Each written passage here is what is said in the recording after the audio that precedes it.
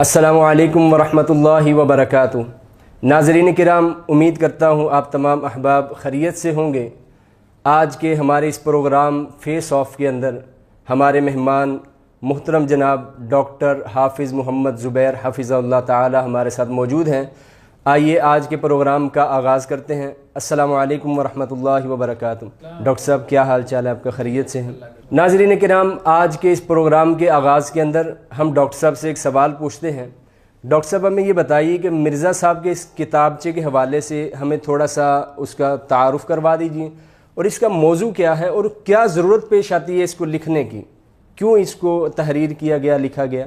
تو ہمارا یہ مسلسل ایک پروگرام چلے گا انجینئر محمد علی مرزا صاحب کے کتابچے کے اوپر، واقعہ کربلا کا حقیقی پس منظر، 72 صحیح الاسناد احادیث کی روشنی میں، یہ کتابچے کا ٹائٹل ہے۔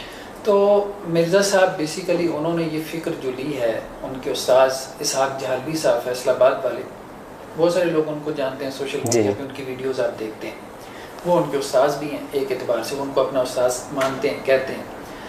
اور جہلوی صاحب نے یہ فکر لی مولانا مودودی سے علیہ الرحمہ۔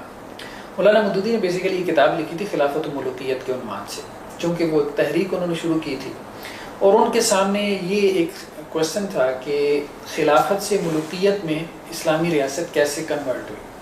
تو انہوں نے اس سوال کا جواب اپنی اس کتاب میں اپنے تئیں دینے کی کوشش کی کہ خلافت جو ہے وہ حضرت علی رضی اللہ عنہ پہ ختم ہو گئی، اور پھر حضرت امیر معاویہ رضی اللہ عنہ سے ملوکیت کا دور شروع ہو گیا، یا پیچھے انہوں نے اس کے جو ہے وہ کچھ کڑیاں حضرت عثمان رضی اللہ عنہ سے بھی ملانے کی کوشش کی۔ تو بیسیکلی یہ ایک سوال تھا کہ اسلامی ریاست خلافت سے ملوکیت میں کیسے کنورٹ ہوئی، اس کو ایڈریس کیا مولانا مودودی نے اپنی کتاب خلافت و ملوکیت میں۔ سب کو معلوم ہے کہ وہ کتاب، اور بہت سارے علماء نے ہمارے ہاں اس کو کاؤنٹر بھی کیا ہے، جیسے مفتی تقی عثمانی صاحب نے بہت اچھا اس کا جواب دیا، مولانا صلاح الدین یوسف صاحب نے اس کا بہت اچھا جواب دیا۔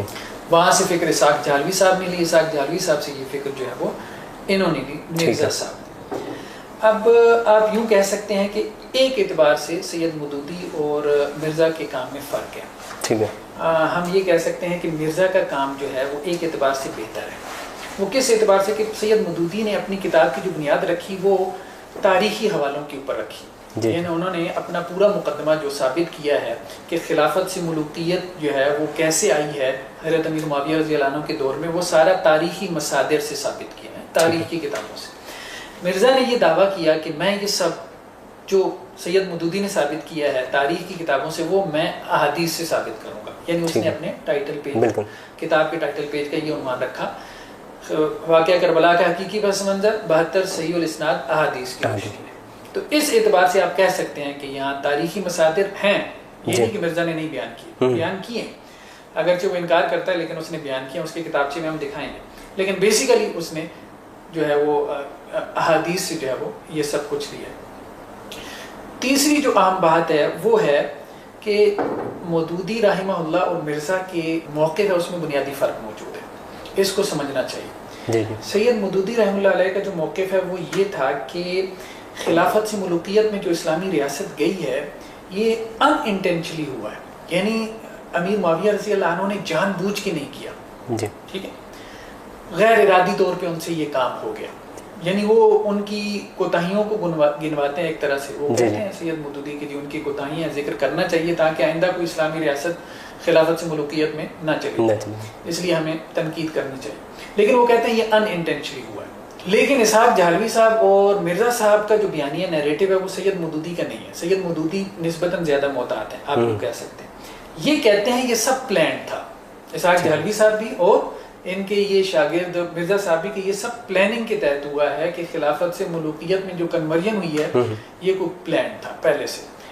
اور ایک اور اہم بات کہ اب سید مودودی اور عام جو علماء ہیں ہمارے یہاں اہل سنت کے، ان کے موقف میں کیا فرق ہے؟ تو عام جو علماء اہل سنت ہیں وہ یہ کہتے ہیں کہ یہ جو کچھ بھی معاملہ ہوا ہے مشاجرات صحابہ کا، یعنی جنگ جمل ہوئی ہے، جیسے حضرت علی اور دوسری طرف جو ہے وہ حضرت عائشہ، حضرت طلحہ، حضرت زبیر رضی اللہ عنہ وہ موجود تھے، پھر جنگ صفین ہوئی ہے جس میں ایک طرف حضرت علی تھی، دوسری طرف حضرت امیر معاویہ رضی اللہ عنہ تھے۔ تو عام جو اہل سنت کا موقف رہا ہے ہر دور میں وہ یہ کہتے ہیں کہ حضرت علی حق پر تھے اور دوسری طرف جو صحابہ تھے وہ خطا پر تھے، لیکن ان کی خطا اجتہادی خطا تھی.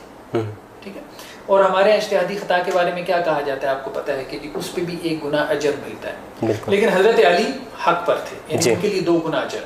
ٹھیک ہے. تو حضرت علی اس اعتبار سے جو ان کا پلڑا بھاری ہے, یہ ایک موقف عام اہل سنت کا رہا ہے. لیکن مودودی صاحب نے یہ کہا کہ یہ اجتہادی خطا, یہ آپ معاملہ نکال دیں, یہ صرف خطا ہے.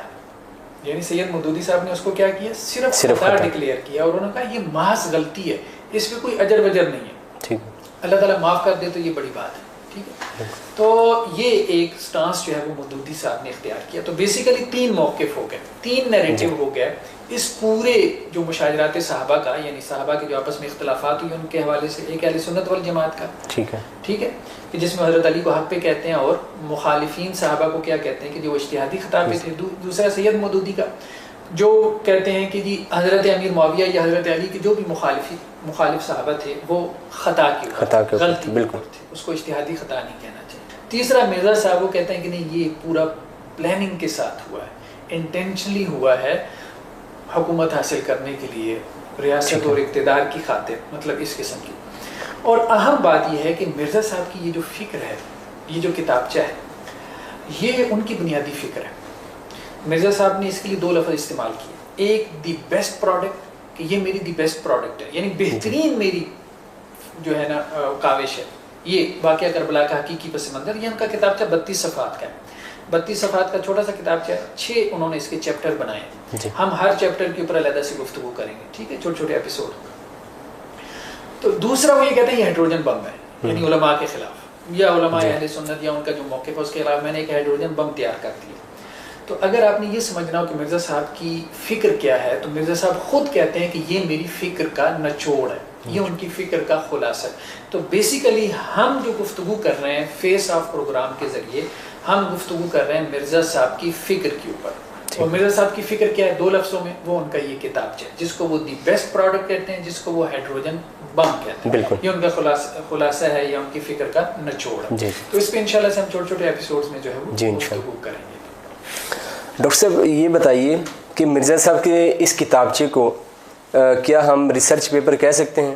اور ان کا یہ دعویٰ بھی ہے, وہ اپنے دعوے کے اندر بھی یہ بات کہتے ہیں. ہاں ٹھیک ہے, انہوں نے ریسرچ پیپر کے اوپر لکھا ہے اس کے اوپر کہ یہ ریسرچ پیپر ہے. انشاءاللہ سے ہم نیکسٹ ایپیسوڈ میں اس پہ گفتگو. جی ناظرین, ہم ڈاکٹر صاحب سے نیکسٹ ایپیسوڈ کے اندر یہ سوال پوچھیں گے, تو انشاءاللہ آپ ہمارے ساتھ رہیے. ناظرین کرام, آپ ہمارے پیج کو لائک کریں, شیئر کریں, سبسکرائب کریں, تاکہ ہر آنے والی نئی ویڈیو آپ احباب تک پہنچتی رہیں. جزاکم اللہ.